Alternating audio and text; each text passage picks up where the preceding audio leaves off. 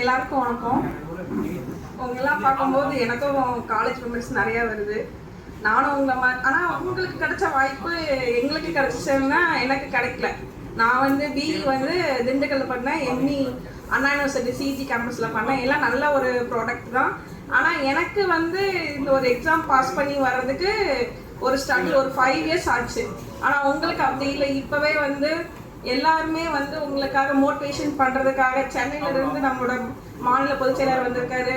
அதே மாதிரி இவங்களாம் அடிக்கடி உங்களை விசிட் பண்ணி உங்களுக்கு ஒரு மோட்டிவேஷன் ஸ்பீச் கொடுக்குறாங்க. இதெல்லாம் உங்களுக்கு வந்து ஒரு காட் கிஃப்ட் தான் நான் சொல்லுவேன். ஏன்னா எங்களுக்கு வழி தெரியல.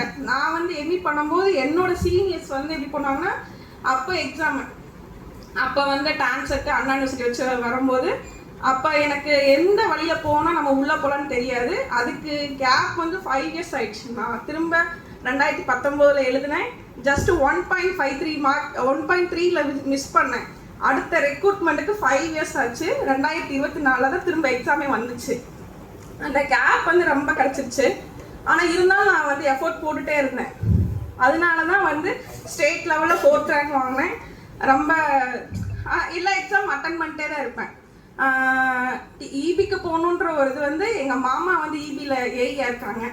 அதை வச்சு தான் வந்து நம்மளும் ஒரு சர்வீஸ் பண்ணணும் அப்படின்ட்டு. இப்போ கூட சார்கிட்ட சொல்லும்போது எனக்கு நிறையா வாய்ப்பு கிடச்சிச்சுன்னு சொன்னேன். சார் ஒரே வார்த்தை தான் சொன்னார், அங்கெல்லாம் போனால் நீ சர்வீஸ் பண்ணியிருக்க முடியாதுமா, இதுலலாம் வந்தால் நீ சர்வீஸ் பண்ணியிருக்கலாம், யாருக்கு வேணால் சர்வீஸ் பண்ணலாம், நம்ம மக்கள் கூட வந்து நிறையா சர்வீஸ் கொடுக்கலாம் அப்படின்னும் போது தான் இவ்வளோ பேர் இருக்காங்க நம்மளுக்கு ஹெல்ப் பண்ணுறதுக்கு, நம்மளும் 4 பேருக்கு சர்வீஸ் பண்ணலாம் அப்படின்னு.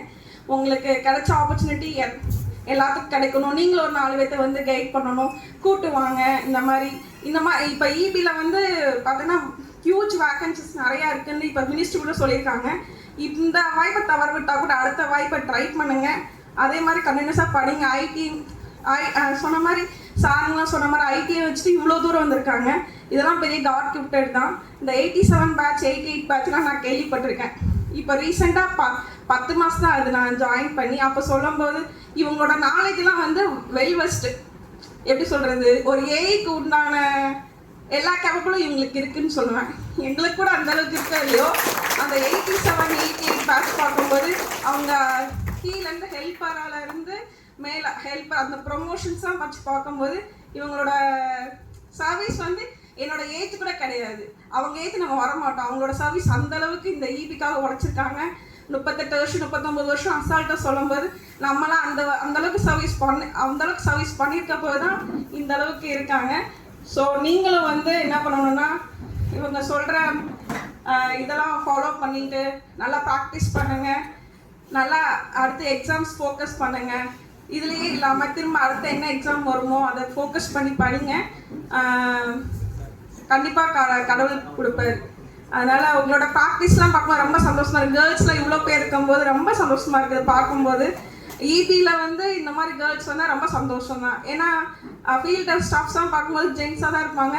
ஆனால் எவ்வளோ போலில் ஏறும்போது ரொம்ப சந்தோஷமாக இருக்குது. பரவாயில்ல, நம்ம வந்து ஜென்ஸ்க்கு ஈக்குவலாக நம்ம இருக்கோம் அப்படின்ற ஒரு இது இருக்குது. அதனால் நல்லா படிங்க, நல்லா ப்ராக்டிஸ் பண்ணுங்கள், எக்ஸாம் ஃபோக்கஸ் பண்ணுங்கள். உங்களுக்கு நல்லா ட்ரெயின் அப் பண்ணுறதுக்கு நிறையா பேர் இருக்காங்க. அதனால் கிவ் அப் பண்ணாமல் அதுக்கடுத்து இப்போ முடியலன்னா அடுத்தது கண்டிப்பாக வரும். வேக்கன்சிஸ் நிறைய இருக்குது. இப்போலாம் வந்துகிட்டே தான் இருக்கும் எனக்கு தெரிஞ்சு. அதனால் உள்ளே ஒன்ஸ் நீங்கள் போர்டுக்குள்ள வந்தீங்கன்னா உங்களுக்கு அடுத்த மூவ் ஆன் பண்ணிட்டு போயிட்டே இருக்கலாம். அதனால் நல்லா ட்ரெயின் பண்ணி நல்லா இது பண்ணுங்கள். Wish you all the best.